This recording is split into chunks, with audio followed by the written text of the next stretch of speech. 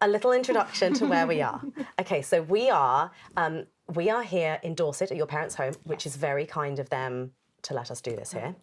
It's worth maybe telling the listener what happened in the last 10 minutes. Yeah, so basically, from my point of view, we started and then I had a huge freak out and then had to go into the other room and have a small breather to myself and start again. And Lucy very kindly said I could have another go. I think that's totally fine. And also, the reason it made so much sense to me when you just did that is because actually only a couple of episodes back, I was interviewing Sean Dooley and he was saying how nervous he'd been in the lead up. Totally. So nervous. Yeah. So, but you know what, actually, I think it's the same as an audition. You know, when you get into an audition sometimes, you get 10 minutes in and you're like, fuck, like, I wrote 3 things down when I go into this audition that I wanted to be focused on, like, focus my energy on the other actor, like, don't speak to that's loud. Whatever the things are, they've all gone out the window, I've completely forgotten them and I'm swimming. Yeah. And I always wish that there was, like, an eject.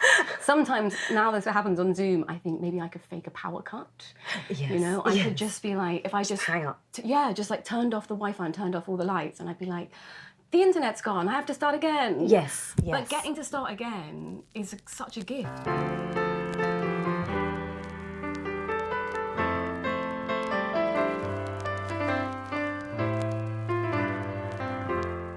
The reason I loved plays is because there was like a gestation period over 5 weeks that you got to rehearse it. And then you get to do it. I was only ever really any good in a play on the like penultimate night and the third night before. Never the last one because it gets too indulgent. It's too stressful. Yeah.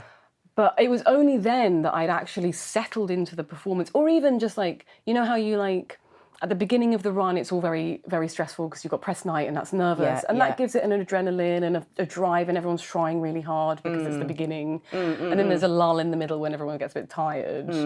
And then at the end, it always... But like, you kind of almost have to go through... That's also a creative process. Yeah.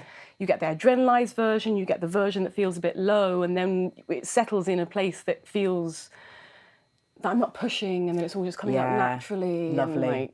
And you know what also that reminded me of, what you were saying, this is, I was about to say not theatre at all, but it is sort of theatre. When I got married, I asked my brother to direct my wedding. Oh, wow. Because in a way, we'd had this conversation before where we were like, weddings are shows, actually. And what they need, and I guess wedding planners sometimes do this, but it was like, they almost need a director. My brother, who is a theatre director, used to be like, oh, if I could just...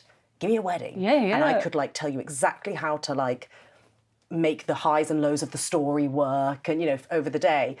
And I remember I obviously regret it, he found the day incredibly stressful and not enjoyable at all. I had a great time. Because he was the director. Because he was the director. And I was the star.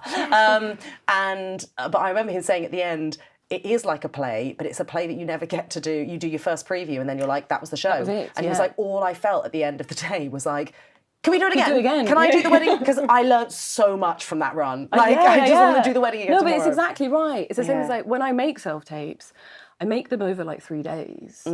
I just try and do it where like, I just have a go at the scenes over 3 days and at the end I pick the best one. And it's always by the third day, not that I've been like particularly working on it more in the interim, but just the settling into my body, like having had the sleeps on it, the processing that your brain does, like when you're not working on it, when you're just away and letting it percolate. A brilliant idea. Because it's the same actually what happens... Sorry, now I'm talking loads. No, you're the guest. You're more interesting than me. I've like given all my anecdotes to this podcast, so please don't make me repeat anything. It's the same on set. Like, I'm usually pretty good on the first take, because you're right, it's all just the instinct. And then what happens is on the second take, I try and do again what felt good in the first take, and that's always shit, because the only thing that really works is newness. Yes. And then by the time I get to the third take, I'm like, oh, well now like it's settled a bit, and this is like actually what it is when I'm not trying. Yes. But you have to go through the one where it feels shit in order to come... You have to go out the other side. Back at home in London, do you have a great self-tape station? Yeah. But I also have the huge advantage of having a partner that's an actor. Yes. So that means that, like, at any point, we can be like, let's just go have a go. And it's all set up, we just go in and do it. My husband made me a self-tape station once, and he's not an actor, but he made me one because he saw how sad I got doing self-tapes. and that a lot of the time the sadness hit before I'd even said the first line. Of course. Because it was the setting up. Yeah. And he was like, if I could just remove one bit of the pain. And so he made me this beautiful self-tape station. But are you doing them all with him then? So I actually do a mix now. Sometimes I even do them by myself. I feel like I shouldn't say this because I know casting directors hate it. No, you know what? Well, you know what it is? Sometimes you get a script in and you're like, I can tell that this script needs rapport. Yes. And if I can tell that the script definitely needs... Because, of course, all scripts are better when it's rapport, but there's certain ones where you're like, I need to be bouncing off someone, or this is quick or something. In those cases, I will usually ring up a friend who's an actor, Sure. or occasionally my husband will do it with me, bless him. But unless if I think it doesn't need that, I will often do it by myself and get a friend to record the lines and I edit it in afterwards. Wow. No, I actually look. I only really do self tapes with my boyfriend because I think he's such a brilliant actor and he's so reactive that the only bits that I think are really good in my self tapes are when he does something and then I react off it. And that's actually very different to how I used to approach self tapes, because I used to approach self tapes actually in a more like self-generating kind of way. I was like, this is my performance and I'm here to do it. So as in, expand on that. That's interesting. In that, like, I think in the olden time, I will say this, basically, since COVID, I've worked less, essentially, and I've had more time to study. Most of myself, yeah. So I've actually and because of self-tapes, you do get to study yourself a lot. Yes, good point. What I was doing back in the day is I would prepare a scene and I've done all my actions and my objectives and I come in there and I've worked out how the scene should be and I'm, available to the other actor as well, but like I know how I want it to be and you're here to serve how I want the scene to be. I see, yeah. And actually, since then, I do like tons of Meisner these days. Like, I'm really obsessed with Meisner. I found this class in London with this amazing acting teacher called John Bashiza, who actually has been referenced on your podcast before because he's was a famous teacher at RADA, I think, Corey. Oh, yes. I was about to say who we talked about. Oh, yes, I remember that. He's amazing, yeah. So him and Annie Tyson have this incredible studio. It's Meisner. Yeah. And Meisner's all about reactivity. It's all about, like, say nothing, do nothing till the other actor makes you do something. It's all about you have to put the energy on the other person. Yeah. I've taken that kind of like into self-tapes, and so I'm trying to make my self-tapes or my acting practice more reactive than self-generated, which is what that will not do if you're doing it by yourself. Well, so no, I would say it's easier to do it with someone else. Yeah. But in the ideal world, with your imagination, what you should be, technically, you're able to imagine what the other actor would be responding, and then that's going to give you the impetus to work with. But that seems to me Well, and I guess it goes really back to our hard. conversation about, like, the first take is often good because it's instinct. When you're reacting to another person, it means you have more opportunities to do something that's just instinctive because you didn't see it coming. Yeah, because rather you're out than of imagining. because you're out of your head. Like, yeah. You're not. It's just coming from your body and just your instinct. Yeah, exactly. We could talk for England about just we could. everything to do with the industry, which is amazing. But tell me what speech you picked as your favourite speech. I've picked Lungs by Duncan Macmillan, and these are my reasons. Firstly, I hadn't done a lot of theatre, so I didn't have a vast oeuvre to choose from. And the parts that I have played have all been really young. Like, I've played really girls in theatre, and I don't feel like a girl anymore. Yes. So actually, I couldn't. When I went back and I looked at, like, Shelley and in Berry Child, and I did Zara at the Almeida, and they were all very. They had a really young energy, and actually, what I really like about this play is, for me, this play is really about aging. Actually, it's really about, like, loss of innocence and identity, and what happens when you get to an age where you don't get to be selfish and think only about yourself anymore, and you make this decision to enter into a relationship with someone and to maybe have a baby with them, and suddenly you feel in a very different place in your life than when you felt, for example, what I felt when I was playing Zara or Shelley. So yeah, but the really truthful answer is that I picked this speech because originally you contacted me when I was doing a really, really, really intense shoot, and you were like, will you be able to do the podcast? And what was it in hindsight? What it was Catch Me a Killer. It was a TV show that I did in South Africa. Yeah. But it was like, I think between... I started in September. I didn't have between like September and Christmas, I didn't take any days off, including like Sunday. Like I just worked every single day because it was a really massive workload. So I was just very spent, basically. Yeah, of course. And I really loved your podcast, so I really wanted to do it.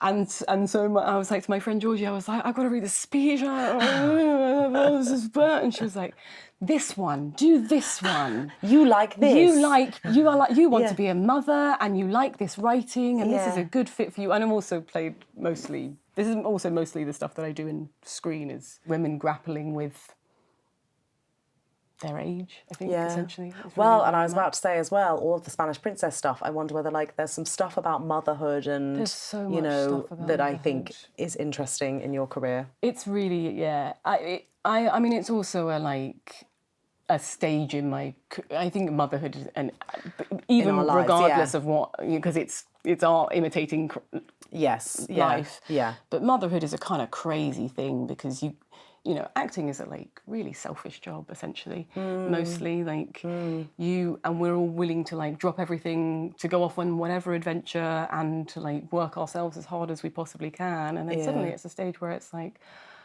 not even motherhood, but pregnancy is okay, well, that's going to severely limit your capacity to work. Yeah. And then at a stage where you also need to be worrying about being able to financially support a child. Yes, I'm great there's so point. many things that I know that I deeply, deeply want to be a mother, but I'm also terrified about being. Oh, I hear you. What it will do to my career, all of. Anyway, I just it speaks to me. It's why I picked it. Essentially. And can you, for someone who hasn't seen Lungs, it's obviously there is stuff to do with. Can you give a brief synopsis of what the story is? Yes, of course. So and so the speech that I picked is actually very near the beginning of the book, the play. That's not a theatre person. There's a book here, there's a script here. Can you tell? She reads books. The screenplay says. Exactly. So it's a two-hander. It's a couple who, at the beginning of the play, they're in IKEA, and he turns around to her and is like, "Ooh, why don't we have a baby?" And she kind of has the bottom falls out, essentially, really. And I guess just because she's essentially "Oh, fuck," yes, but no. Yeah. You know? Which is the kind of thing that I've been talking about. It's I've always, for me as well, I have always wanted to be a mother. In theory, it's yes. In theory, in practice. it's yes. The reality of okay, now you've got to do it is a very different thing. Yeah. And anyway, then through the course of the play, they kind of talk about the implications of having a child on identity. There's a fair bit about the environment. They grapple with all of these kind of questions. I just thought it's the most beautiful relationship. As a relationship story, I just think it's it's that real loss of innocence. I've talked about loss of innocence, but that idea that there's a couple of times in the play where she'll talk about can't we just go back to the beginning and just go for a pub lunch and not worry about any of all this big shit. Yeah. And it is that aging process. You lose that total innocence, but also the length of your relationship endures some scars and some wounds that can't be healed always. You know, if you're with someone long enough, you will hurt each other enough, and they don't go away. You have to mend those things, and sometimes you get to the end, and it's just too much happened. So I read a review in just prepping for this interview. There's a review that Lynn Gardner did of, I think, it might have been the original premiere. It might have been. That's what I was just trying to remember now. It might have been the original version, which was at the Sheffield Crucible. Yes, I think it was, which had Kate O'Flynn and Alistair Cope. Oh wow! And in that, she says an interesting comment about they're not likeable, and yet you love them.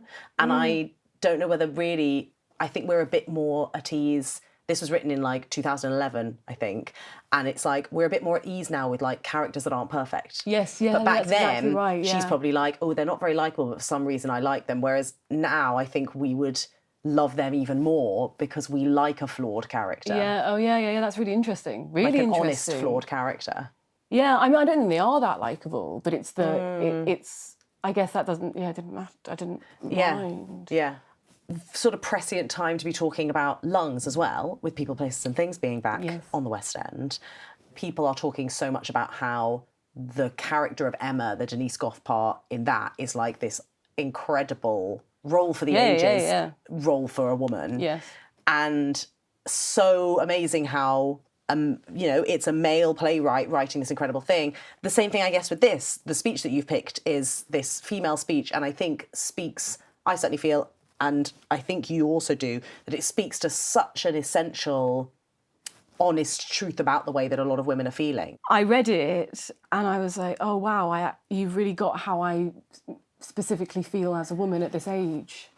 And that's the thing that everyone always says. Like, that's the great thing about a play, but it's the great thing about a book. It's like it's an Alan Ayckbourn quote or something. There's someone who, and again, I'm going to bastardise this. There's this very famous, lovely quote about like when you read something and it feels like a hand has reached out through history and taken exactly. yours. That's what great reading is. It's like, someone specifically having experienced something that you have also experienced but not been able to articulate. Yes. You know, and you're like... Which again goes to... I know that you haven't had the chance to see it, but the people, places and things, the monologue that Denise Gough picked when she did the series, back in series 1, where she talks about how amazing being an actor is, and how she talks about acting as being an addiction. Yes, and saying, like, you get this chance to say these words that are so true, but so much more eloquent than you could have ever said them. The thing about acting, actually, is that words usually fail us.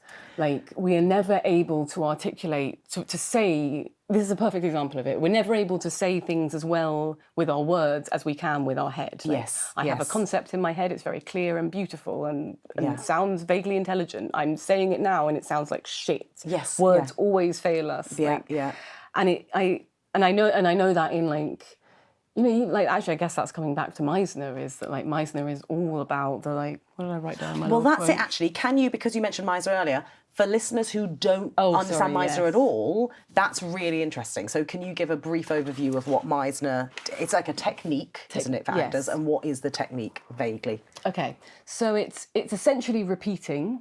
So, and you just repeat it back and forth, indefinitely. Which sounds silly, but it's really And repeating fun. that could be like a dialogue, like a line, or one line? So I would go like, you look intense. And you would say, I look intense. I look intense. You look intense. I look intense. You look intense. I look intense. You look intense. I look intense. You look intense. I look intense. You look intense. I look intense. You look intense. I look intense. You look intense. I look intense. You laughed. Oh gosh, we're going to do this. Oh gosh, we're going to do this. No. Oh no. You're embarrassed. So wait, if when you said that though, you look intense, is it like, does the other person, because as the listener can clearly hear, I know of Meisner, but I've never done Meisner. Does the responder have to, repeat what you said, but make it me? So you look intense, oh, I look intense. Exactly. And then, at some point in that, you took that to like, I broke out of it and did something, so then you have to sort of repeat that. Yeah, back so at me it's in a different like way. At some point an impulse will come up. I will notice something in the change of your behaviour that will tickle me, or like I have some kind of impulse, and then I will call what that is that's happening. So I will notice that your eyes are going water, or you're smiling. You're really big smile. Bigly smiling. Bigly smile. But that's kind of the fun of it. It's basically to get you out of your head and just into the instinct. But importantly, about what we were talking about at the beginning, is it's really about getting you out of the intellect and about like, so that, because there's so much in acting that is not words. When I'm like reading your body language and your behaviour and like your breathing patterns, like that, I can tell much more really from that than I can from what you're saying. What I say, yes, because I can lie. Exactly. Yeah. So Meisner has this thing of like, an ounce of behaviour is worth a pound of words. It's essentially like, words are usually not the finest instrument, and you can work a lot more from behaviour, which also interestingly brings me to, because I went to Lecoq. I wanted to ask about this. Yes. And it's actually kind of similar, it all kind of ties in. So in Lecoq, there's a thing... Which again, I'm so sorry to interrupt you, but for the listener who doesn't know, Lecoq is an incredible, very famous drama school in Paris. And it's mime. It's a physical theatre drama school. Yes, I used to think of it almost as like clown. It's all clowning. So that's so it's mime and clown. Part of the reason that I have such insecurity about the theatre world is because I didn't go to traditional drama school. I went to clowning school.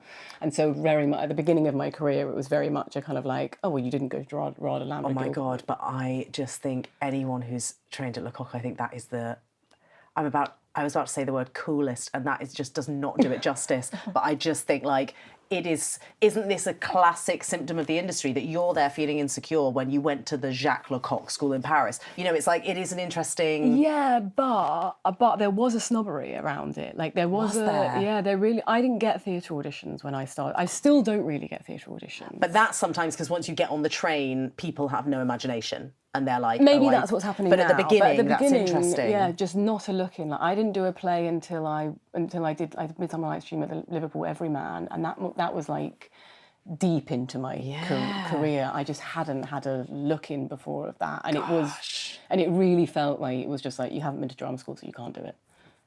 End. Wow. Really, but okay, really sorry. Anyway, so but Lecoq, yes. Lecoq was, and I think someone has been on your podcast. I've listened to a podcast with someone talking about Lecoq. Yes, I was suddenly thinking that someone did go. It was a man. I can't remember who it was, but I think they talk about this as well. It's something called parole nécessaire, where essentially we used to do this exercise where like two actors would go up and have this like moment or whatever it was, and you could only, parole nécessaire means only speak if absolutely necessary. So if you can't explain something with your body, then you can use a word, but like mostly use your body. So you go up in these like little exercises and have this little scene, but it's all just your body. Great. It really taught me that now for me, like my physical acting, actually, I much prefer to words because I can tell so much more with my body than I can with words. And it also, I think, is very helpful where like, if you ever, I can't remember who it was that gave, so I was struggling with a bit of dialogue that was just like a bit like, I can't remember, it was overwritten or it was clunky or whatever it was. And I was working with this actor, who actually I won't name, I do know who they are, but I won't name them because then it would tell you which show I was working on. I want to be, you know. Yeah. We want to be candid, but not too candid. Exactly, all jobs I've done are amazing. I was working with this actor and I was struggling with this line because it was really clunky. And he said to me, which was one of the most revelatory things, he was like, the character is speaking clunkily. She's not able to explain her thoughts well, and so she's speaking in this kind of like slightly messy, over-complicated way. Yeah. I was like, of course. Yeah. Of course. Yeah. Because that's like... Because that's realistic. Because that's that's realistic. And if we're constantly like waiting for Succession to come through, for the audition for Succession to come through, because that writing is sublime. Yeah. But is in and of itself like quite classical. It is, almost. yeah. And I think that's the two extremes. It's like, I love to speak Shakespeare because Shakespeare is like so perfect and poetic and so not realistic, but so utterly beautiful. Oh my God, it feels so good to let that flow through you. Yeah. But then at the other extreme, I love to speak stuff that is so modern and natural. So like this speech, like there's a bit, isn't there, where it's like it was all written. It's this as well, where stream it's like of consciousness. It should be, which is you know, there's like a repeated sound, which is so as someone would speak. There's an American writer called John Cariani that my company produced a play of his years ago, but we've also done little scenes from other plays of his. And his writing is so beautifully naturalistic, you know, and I'm always try very hard anytime that I've learnt any of it to really be, of course, as actors, we should always honour the script, but to really try and be ruthless with like learning it specifically, because it is hard to learn it specifically because there are so many moments in which the line will literally read, I'm trying to think of an example here. It would say, this is it. So there's a scene in the play that we produced it at Park Theatre back in like 2014. And there's a woman who turns up on someone's doorstep. It's essentially the doorstep of her ex-boyfriend, and she wants to answer the proposal she never answered and say yes, essentially, years on. And she thinks she's got the wrong house.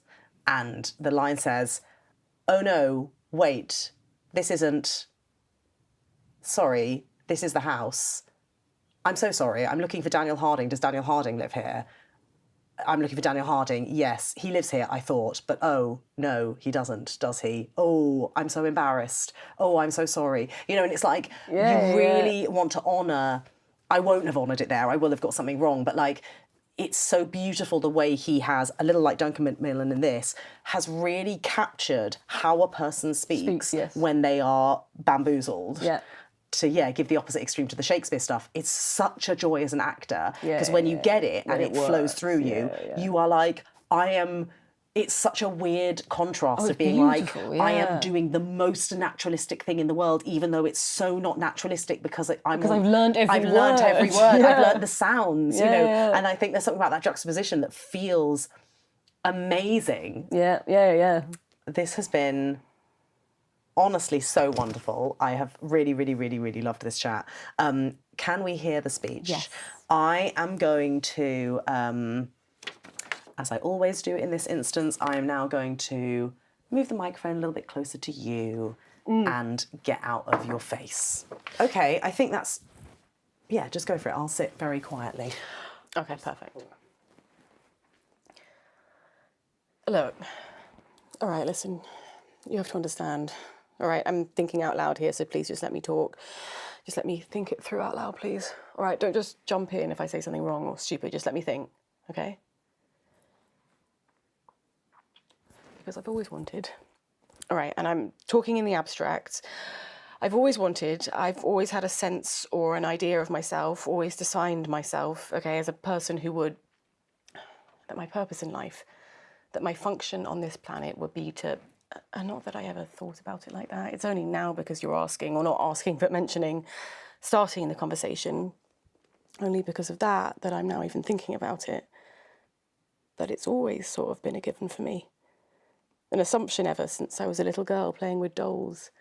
I mean, long before I met you. It's never been what I guess it should be, which is an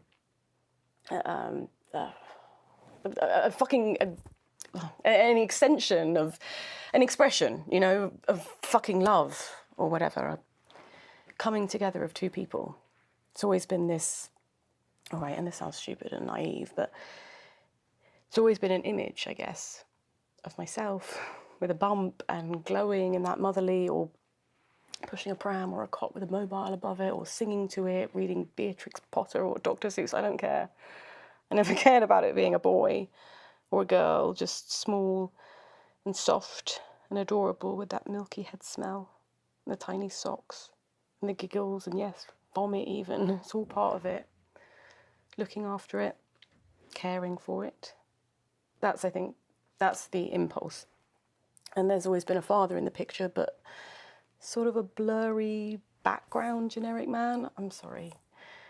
It's just, this is the picture of my life I've always had since I was able to think, and I've never questioned it. Never. And I pushed it all down and focused on my studies, on myself. And now it's becoming, well, potentially becoming a bit real. And I'm going to have to think about it for a second, please. That's so cool. He can write women. He writes women. He really, really writes women. Like, yeah. Oh my God.